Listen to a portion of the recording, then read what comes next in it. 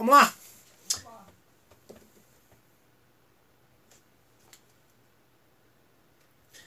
Simbora falar.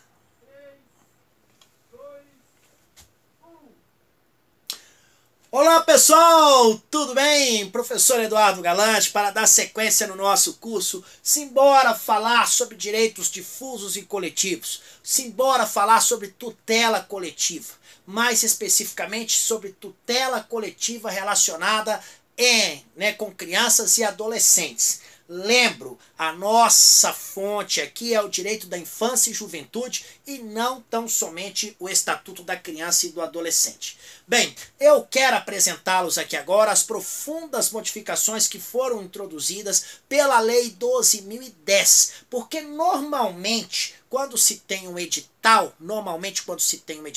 banca gosta de colocar, vai cair na sua prova a Lei 12.010 de 2009. Na realidade, esta lei, o que ela fez? Ela alterou dispositivos do Código Civil, alterou dispositivo da consolidação de leis trabalhistas e também fez aqui profundas modificações no Estatuto da Criança e do Adolescente. Essa, então, é a perspectiva desta norma. Mas, normalmente, banca gosta de cobrar assim.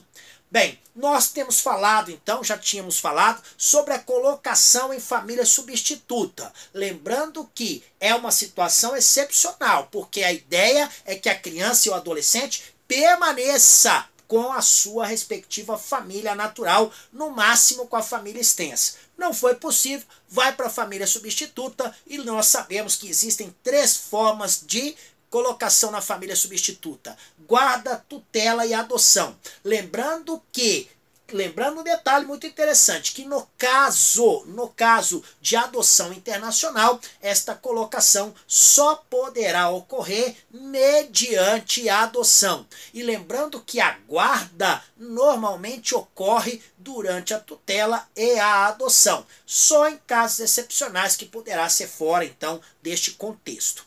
Nós já falamos muito sobre alguns pontos iniciais sobre a adoção, daremos sequência agora aqui na nossa norma, na nossa lei, justamente falando mais alguns pontos específicos da nossa lei, beleza? Vamos lá? Simbora com o professor então. Gente, dando sequência no nosso curso, como eu disse a vocês, estou aqui trazendo, tutela coletiva, no caso especificamente tutela em relação à criança e ao adolescente. A ideia aqui é justamente fazer com que você, então, tenha uma clara visão aí sobre alguns aspectos pontuais que são cobrados, então, especificamente quando se tem tutela coletiva.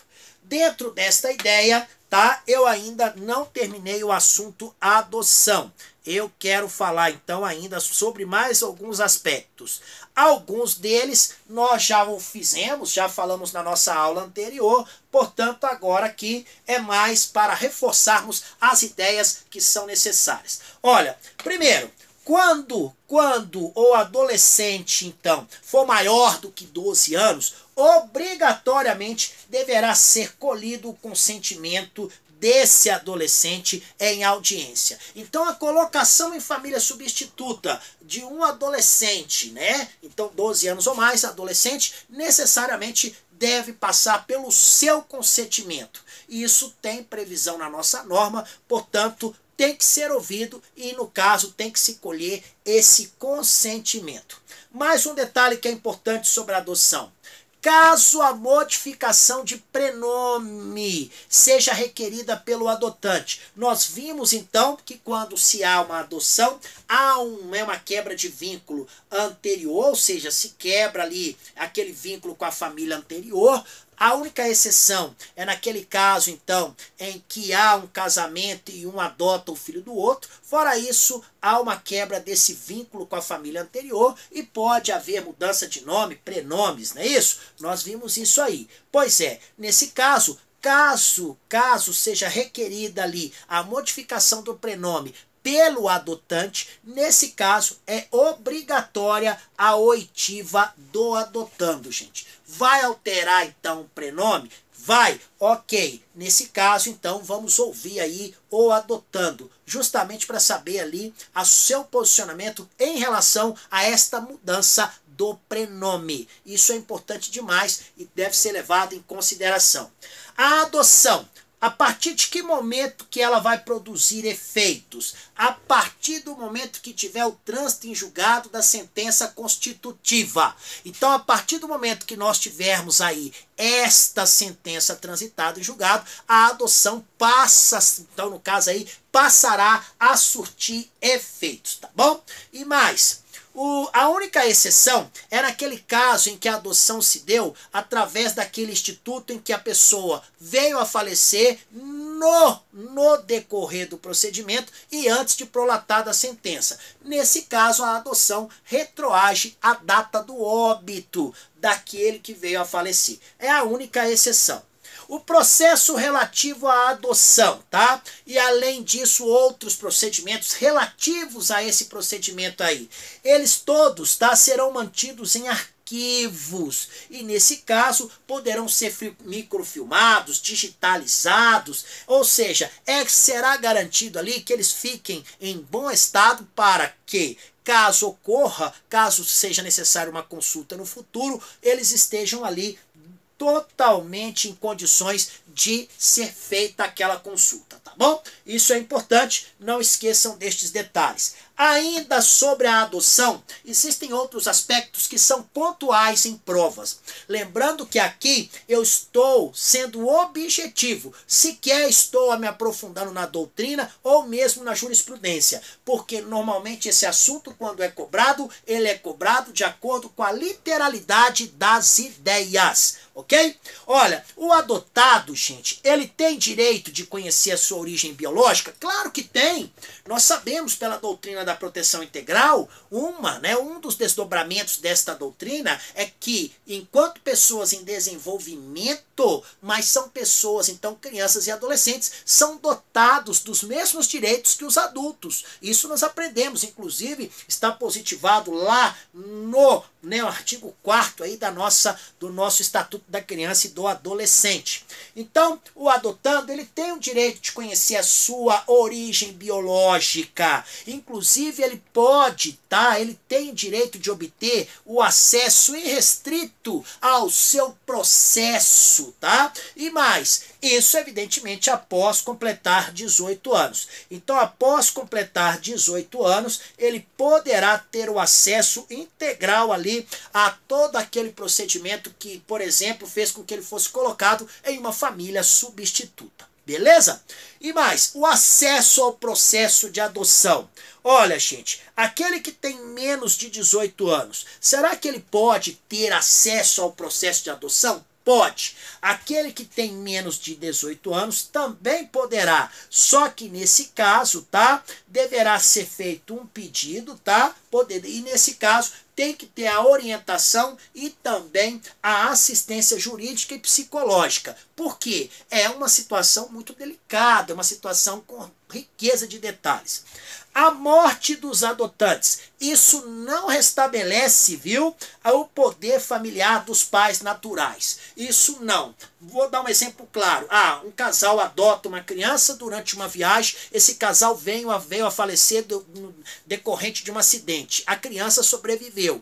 Por causa disso, se restabelece o poder familiar dos pais naturais? Não. E como é que fica a criança? Esse casal que morreu tem família. A família extensa, então, deverá cuidar no primeiro momento ali. Tá bom? É assim que acontece. E mais, a autoridade judiciária, ela tem, tá? Ela tem, no caso, a competência e a obrigação de manter em toda a comarca, em todo o fórum regional, um registro de crianças e adolescentes que têm condições de serem adotados, tá? E de outras pessoas que tenham interesse na adoção. Isso serve, inclusive, para que se tenha um controle melhor de todo aquele grupo de pessoas que está, então, nesta situação e, com isso, então, buscar ali fomentar políticas para amenizar todo esse contexto. Para a nossa prova, basta saber que tem que ter o cadastro. A inscrição de postulantes à adoção, ela deverá ser precedida, gente, de um período de preparação psicossocial e jurídica. Então, se você, por exemplo, se manifestar, se você falar eu quero me tornar, eu quero adotar, você então antes deverá passar por esse período de preparação psicossocial e jurídico. Na oportunidade, você será então atendido por pessoas da vara da infância e juventude, técnicos ali que têm todo o conhecimento necessário ali, para que se possa então ali começar com você ali essa preparação, te preparando para aquela convivência familiar. Sempre que possível, é recomendável, tá? Que esta preparação inclua o contato com crianças e adolescentes em acolhimento familiar ou institucional em condições de ser adotado. Não quer dizer que é uma obrigação, mas é interessante que esse período então de preparação, que você tenha sim contato com crianças e adolescentes que estão lá no acolhimento. Isso já é, de certa forma, uma maneira de você então estar próximo ali e com isso, evidentemente, ter ali uma noção do que seria esta convivência. Tá bom? Não esqueçam destes detalhes. Ainda, ressalto e destaco no nosso material. Serão criados e implementados cadastros estaduais e nacional de crianças e adolescentes que estão nas condições de serem adotados. E também nós teremos cadastros de pessoas ou de casais que são habilitados à adoção. Isso é para facilitar todo o procedimento. Então, se eu tenho um cadastro de quem necessita ser adotado, se eu tenho um cadastro com aqueles que poderão fazer esta adoção, isso facilita muito todo o contexto e também o trabalho de todos os envolvidos.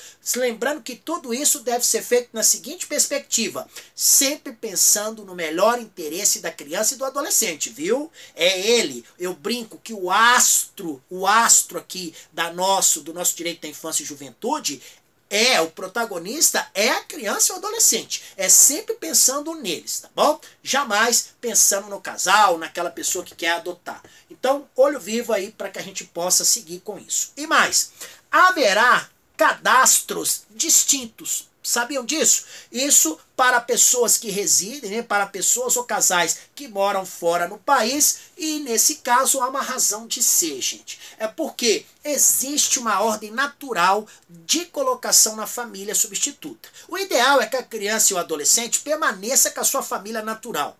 Não foi possível que então ele fique com a família extensa. Não foi possível que ele fique então ali, né, nesse caso, com uma família que vai adotar, que more no Brasil, uma família então de brasileiros aqui no Brasil.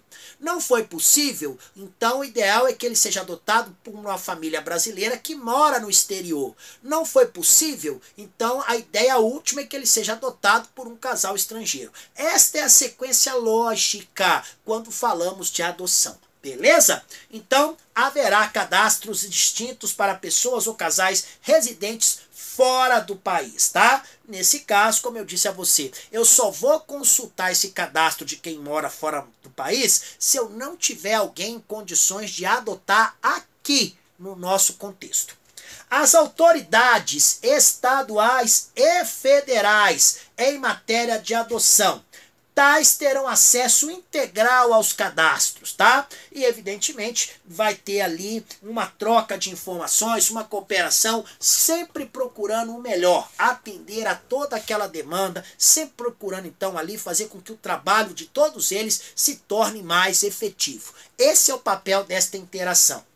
A autoridade judiciária, ela deverá providenciar, num prazo de 48 horas, a inscrição de crianças e adolescentes em condições de serem adotados que não tiveram colocação familiar na comarca de origem e das pessoas ou casais que tiveram ali deferida a sua habilitação à adoção, tá? Nos cadastros estadual e nacional. Gente, aqui é o seguinte, nós temos aqui aquele fenômeno de você já teve que, por algumas vezes na sua vida, esperar por algo, por exemplo, esperar uma decisão judicial ou coisa do tipo. Pois é, aqui nós temos esta condição também. A criança e o adolescente, gente, ela já está ali numa condição de sofrimento muito grande, e qualquer tempo que seja demasiadamente longo, isso aumenta demais o sofrimento e acaba, né, trazendo transtorno outros para esta criança e para este adolescente. Por isso é que existe este lapso temporal para que a autoridade judiciária, então, tome logo ali a providência. 48 horas, vai lá e faça a inscrição daqueles que estão na condição de serem adotados. Lembrando que isso, normalmente, quando é cobrado com a perspectiva de se cobrar esse prazo aqui de 48 horas. Banco gosta muito, banca gosta muito de prazos. E é importante, então, que nós, inclusive, façamos aqui uma tempestade de ideias com os prazos que estão dispostos no Estatuto da Criança e do Adolescente. Beleza?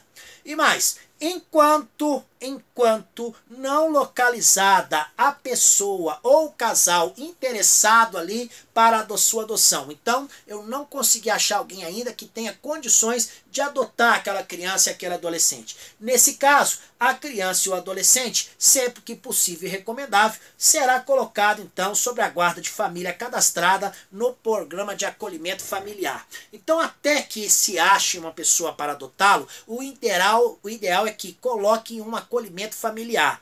Mas, tal qual eu falei, o acolhimento familiar, ele tem preferência sobre o acolhimento institucional, né? Mas isso não significa que ele não poderá estar no acolhimento institucional, tá bom? Mas o ideal é que ele seja colocado primeiro no acolhimento familiar. A alimentação do cadastro e a colocação criteriosa, né? No caso aqui, a convocação criteriosa dos postulantes à adoção, tudo isso deve ser fiscalizado pelo Ministério Público. Atenção, você que for fazer o concurso para o Ministério Público. Essa dica é extremamente cobrada. São muitas as cobranças em torno desta ideia. Tanto é que eu vou grifar aqui para você. Portanto, a alimentação do cadastro, então a alimentação do cadastro e a convocação criteriosa dos postulantes à adoção, tudo isso deve ser fiscalizado pelo Ministério Público. Não esqueçam destes detalhes. Somente poderá ser deferida a adoção em favor de candidato que seja domiciliado no Brasil, não cadastrado previamente, nos seguintes termos. Porque é o seguinte, a regra é que a adoção ela seja estendida àqueles que já têm o respectivo cadastro. Esta é a regra, mas existe uma exceção. Será que é possível eu, então, no caso, aí deferir uma adoção para alguém que ainda não estava previamente cadastrado? Seria a exceção, pois existe esta previsão sim, tá? Bem, isso quando tratar-se de pedido de, no caso aqui, de adoção unilateral. Uma outra possibilidade, se for formulada por parente, né, com aquela com qual a criança mantenha vínculo, tanto de afinidade quanto de afetividade, então nesse caso é a família extensa, evidentemente também vai ajudar, ou se oriundo, né, o pedido de quem tem a tutela ou a guarda legal de criança maior de 3 anos ou adolescente, desde que o lapso de tempo de convivência fique ali comprovado que de fato tem ali um laços de afinidade. Eu já vi uma situação em que uma pessoa, a madrinha de uma menina, tinha a guarda dessa menina por uma série de motivos e acabou então que chegou um determinado tempo que ela falou, olha, eu quero adotar essa menina. E aí nós enquadramos nesta situação aqui, tá bom? Isso aqui é a excepcionalidade, porque a regra é clara, o cadastro será deferido a pessoas que foram previamente cadastradas. Aqui foge a regra, beleza? Não esqueçam disso. Olha, o candidato, gente, ele deverá comprovar no curso do procedimento que ele preenche, então, todos os requisitos para adoção. Então, especificamente nesse caso, em que eu deferi a adoção sem que houvesse um cadastro prévio, não significa que o cadastro vai estar dispensado não, viu gente? Não é. A única diferença é que ele deverá comprovar durante o processo de adoção que ele preenche, então, todos aquele requisito do cadastro. Então, não é o cadastro que é dispensado, é o cadastro prévio, mas depois, durante o processo, esse cadastro tem que ser plenamente satisfeito, tá bom? Não esqueçam disso, olho vivo. A adoção internacional de criança ou adolescente, né, brasileiro ou domiciliado no Brasil. Gente, nesse caso aqui, nós temos uma situação muito peculiar. Eu estou falando sobre a adoção internacional de criança ou adolescente brasileiro ou domiciliado no Brasil. Isso, como eu disse a você, é a última das últimas situações. É quando não tem mais qualquer solução em relação aos demais modos. Nesse caso específico, algumas observações devem ser aqui, então, anotadas aí por todos nós. Por quê? É uma situação muito especial. Anote aí. Primeiro, a colocação em família adotiva, gente, tem que se mostrar adequada naquela situação.